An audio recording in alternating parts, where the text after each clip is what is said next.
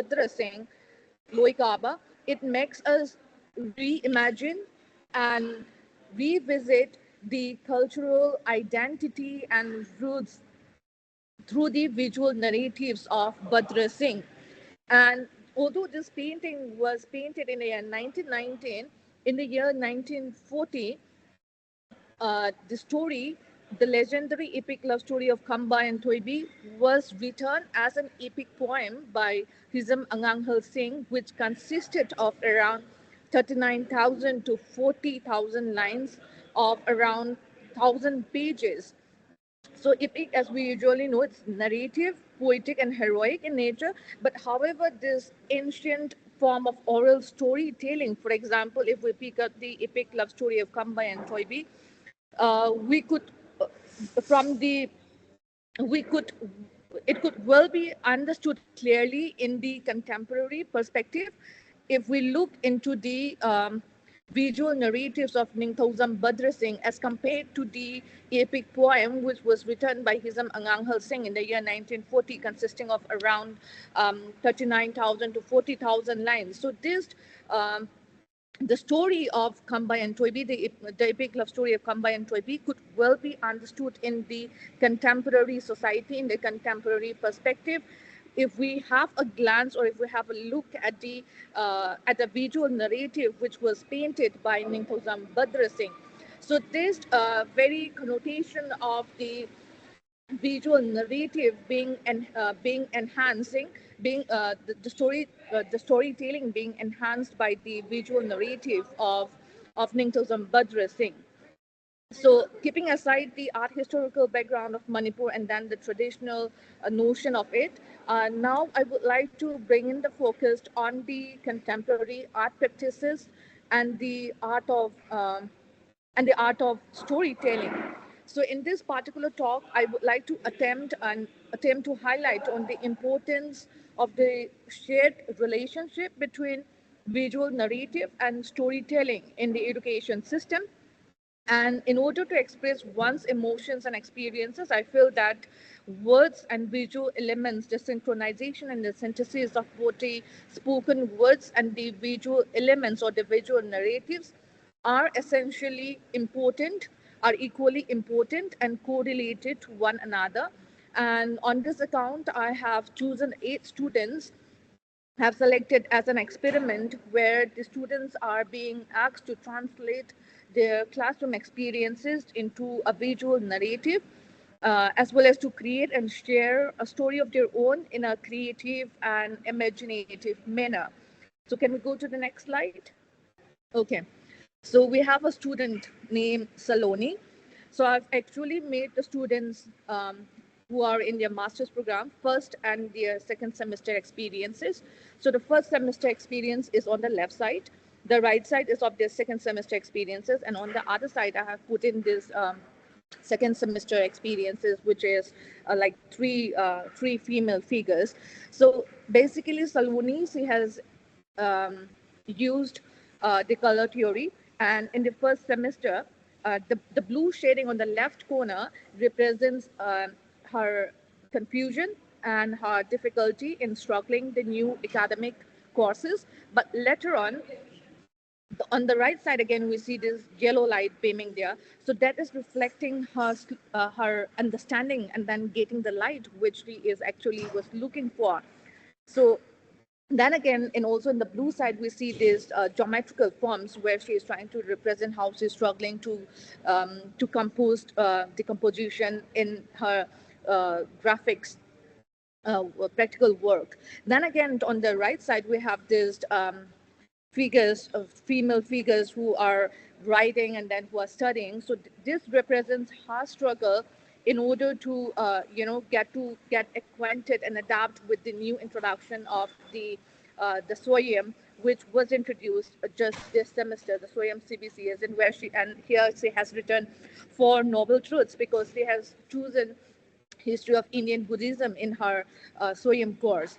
So again, in this colors, in terms of the color scheme, we see like bright yellow and then bright pink and bright red colors, which is signifying her understanding and light and getting the knowledge that she wanted to get it out of this course in this entire classroom experiences. But then on the first slide, we see the beginning phase where she used to have some struggle and confusion, but then in the later period in the second semester we don't see any dark colors anymore, because now she's very satisfied and she has gained her knowledge and ideas which she was actually looking it out for. So this is another student called Annie, and I'll just focus on the second semester experience for this slide.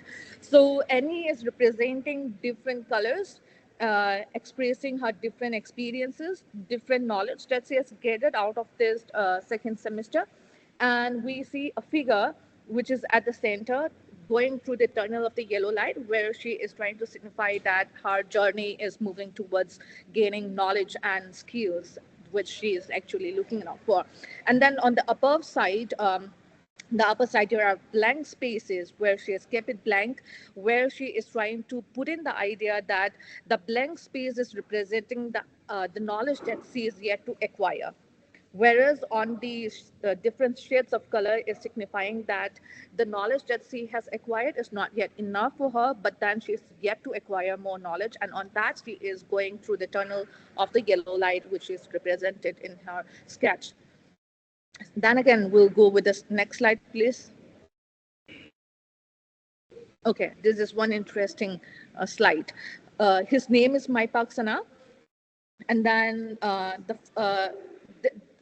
this slide, on the right side, Maipak is holding his first semester experiences.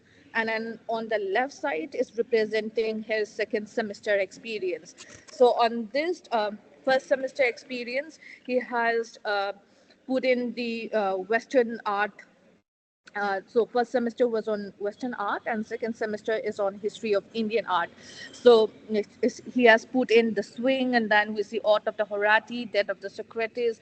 So he has incorporated all of these isms and then the artists and the painting style of the first of the history of Western art. Then again, in the left side, we see this, he has put it into distortion, where he has explained himself that in his BFA days, he was more into the realistic style, but then in Masters, he has come out of that and he's trying to be more creative and get into these distortions.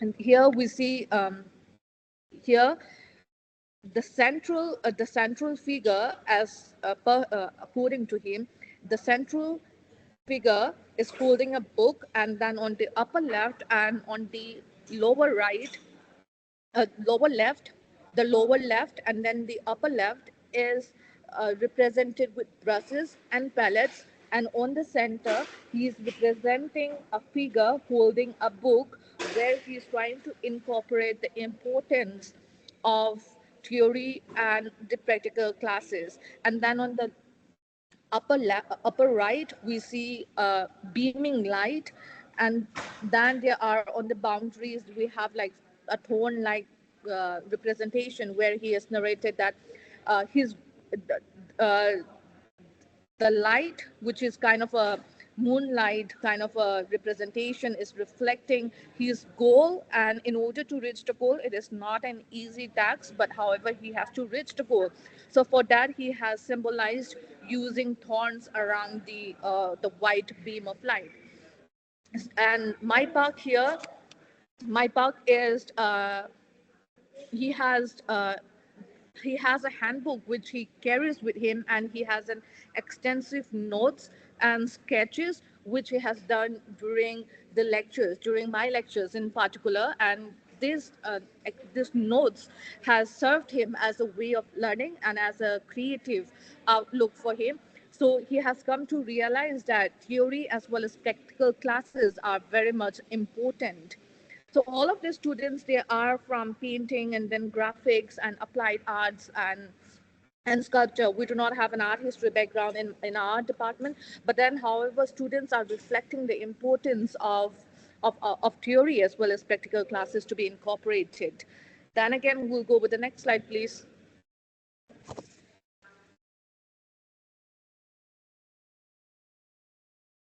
Then we have Sanahal. So Sanahal, his sketches represents how in the first semester or in his previous semesters, where he was very scared and he was very fearful of to paint whatever he wanted to paint, because he was scared and skeptical that whatever sketches or paintings that he paint would be disliked, wouldn't be appreciated. So he would be painting according to the taste and according to the liking of the people. But then, however, from the master's courses here in the Department of Fine Arts, starting from the second semester, he has started to paint whatever he wanted to paint, whatever emotions, whatever feelings. He's able to express them in the canvas without having any fear or without being skeptical that people might not like his works. So he has kept that aside, and this very paradigm shift in terms of this visual representation is brought by the theory classes or the theory classroom lectures, and this has given him confidence and understanding about the whole connotation of art and then the art historical background, and so he is able to come out of that fear and he's able to express himself freely in the way he wished to. Okay, and we have David. So David, he is a student who was a bit irregular to the classes because of his personal and family issues. But then here uh, in this case, he's trying to represent his pressure and stress that he had to go through and he had to endure through this 1 year, because. He was unable to attend the classes, and whenever he used to come and attend the classes, it would be on the day where I had to put forth the class test or the presentation. Although he is able to understand it, he is unable to thoroughly connect through it because of his absence in the class. And then here we have these figures above the hat where he is struggling, trying to attend the classes, taking care of his family, and also this financial matters involved with him. So all of this, the first as well as the second semester, in this slide, he is representing his um, his irregularity in terms of attending the classes and his struggle in order to cope up with the practical as well as with the theory classes and taking care of his family. That is his sketch being represented here. Then we'll go to the next slide, please. Okay, so this is section. So again, in the first slide, the left side is of the first semester experience, and on the right is of the second semester experience. So on the left, we see his struggle trying to understand, trying to cope up with all of this, the classes and then the practical courses. But then here on the right side here, he is representing how he is now able to adapt to the situation and how he is managing his stress in terms of when he is very stressed out or when he is under pressure. He is expressing that he is spending time with his friends trying to get free, but then however he has to work on the theory as well as the practical classes. So this is in general, and his works is mostly uh, of the animal. His practical work is mostly of the animal series, and here we can see on the lower left we have this the chicken representation here. So next we have. Can we go to the next slide, please? Okay. Here we have Sadananda. So Sadananda, he is from the painting background. Uh, his his works is mostly an influence from type meta, and also because of and also he's representing his influence from Jamini Roy, cat holding fish. We have this painting by Jamini Roy called Cat Holding Fish. So all of this, and his work is mostly focusing on nude figures, and here the figure is upside down, trying to reflect that the mother Manipur or mother Loktak Lake, there is a popular there is a popular lake in Manipur known as Loktak Lake. So this mother Loktak Lake, or the mother Manipur, is tired of because of this of the happenings around here, the socio-political issues around here. So this student Sadananda, he is mostly influenced, absorbed, and synced uh, into the political and then the social issues of Manipur. And he's trying to represent here in his work where the figure is upside down, representing that Mother Manipur is tired and is in chaos. And Sadananda also, he is also one student where in the first semester he was not regular in my classes. So whenever he used to attend the classes, he would be recording it and then would be listening to it while he used to paint in his practical classes. And that is how like SAF mentioned, that he is trying to he was trying to cope up with all of the gap that he was facing in between. So he'd be listening to the recorded classroom lectures and he would be listening to it while he was painting, and then this would give him, the strength and then the inspiration to formulate his own visual language. And then can we go to the next slide again? Yeah. Okay, so Janice again, we have the student. So most of his works are an influence from Syed Haider Raja. So on the left, we have this first semester experience, and on the right, we have the second semester experience. So his work is mostly influenced from Syed Haider Raja's Bindu series. So this eye, he is trying to represent that in the classes or in most of the first semester classroom experiences, where he needs to be attentive and focused in most of the classes, because normally after my classroom the very next lecture would be a class test or a presentation by the students, so that they would be keeping on track on my syllabus, on my classes, and then they would be alert enough to keep up with all of the classes going on, and then they would be regular. So that was the system, and this made them very attentive. And the right one, we have on the center a white space, and then behind it we have the black background. So according to him, this white space is a representation of the comfort zone, and the black is of the fear and then the insecurities.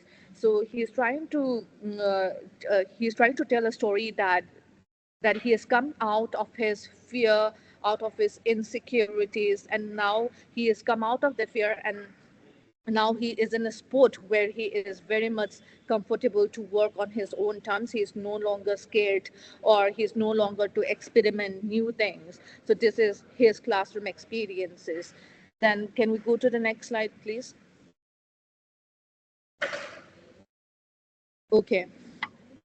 So all of these students that I have chosen, these particular 8 students, my experiment, or the objective of this experiment is that uh, in the entire the academic syllabus or the academic classes, we are under a certain boundary. We are under a certain academic boundary, where we are very constrained to one particular syllabus that we need to follow up. So this strict boundary has been break free, has been let loose by letting the students at the very end of the semester, by giving them the freedom, by giving them the space to express their experiences in a way which is more free, which is more creative, which is more imaginative. Why I'm saying creative and imaginative is because when I say how was your classroom experience, then it would be like, ma'am, it was very good, ma'am, it was very nice, ma'am, I had a very good experience. No, not in that way. That was not the target that I was looking for. My target was how the experiences would be translated into a creative way, translated in a creative way, where spoken words are also equally important to express in a creative way, not in terms of only of the visual language which are being translated in the form of a sketch that they have presented, not in terms of the sketch. So this creative expression of emotions or feelings or the socio-political issues, the cultural identity, or this identity, the concept of identity.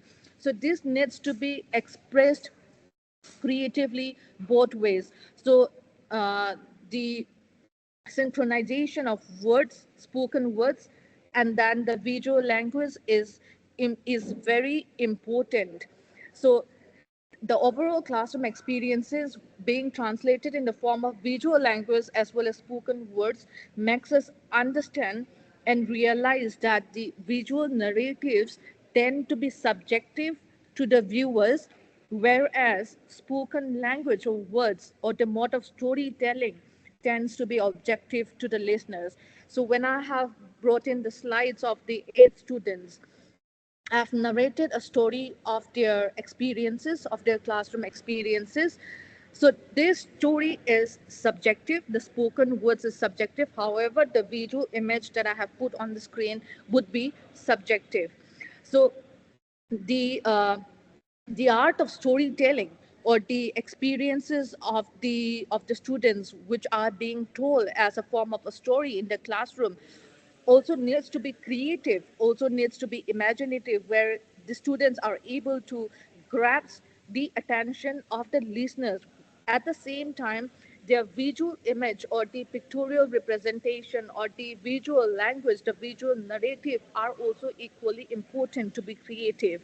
So this synchronization is very important, and then the synthesis of what is the subjective and then the objective factor makes the very presentation of the students more creative, more imaginative to the listeners and then to the audience at the same time. So this mode of experiment helps and promotes the students to be creative, exploratory, and experience new trajectories of expressing themselves more freely than they actually are.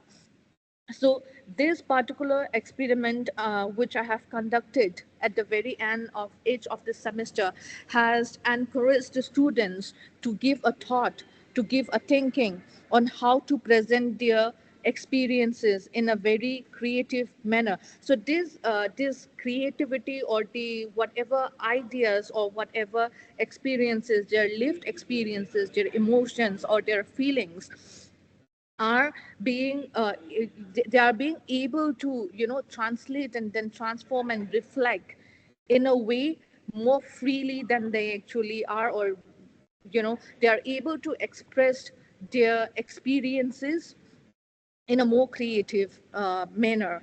So this storytelling and then the visual narrative is equally important. However, in my talk, I would like to conclude again that the visual narrative are subjective, whereas the mode of storytelling or the oral narratives is they tend to be objective.